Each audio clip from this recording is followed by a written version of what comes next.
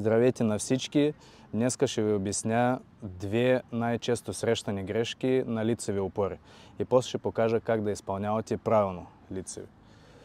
Първа грешка в лицеви опори, кога хора отпускат кръста. Правят чупка в кръста и правят само с ръце. Лицеви опори, това базово упражнение, къде трябва да работят и корема, целия кор, ръце, гърди, ramена. Затова първа грешка, как да направим вярно.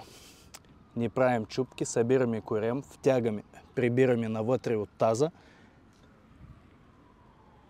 и правим постоянно със стегнат корем. Втора основна грешка, кога лакти идват настрани, прекалено настрани, а глава идват на една линия с ръце. Правят такива лицеви.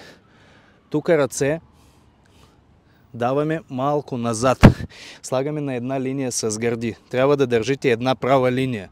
Китка, лакът и рамо на една линия. И лакти не идват напълно назад, напълно настрани, а идват под 45 градуса назад.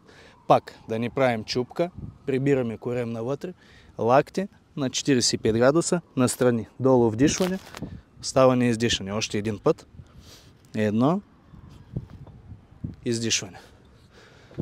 Може да запазите това видео, ударете един лайк и до другия път.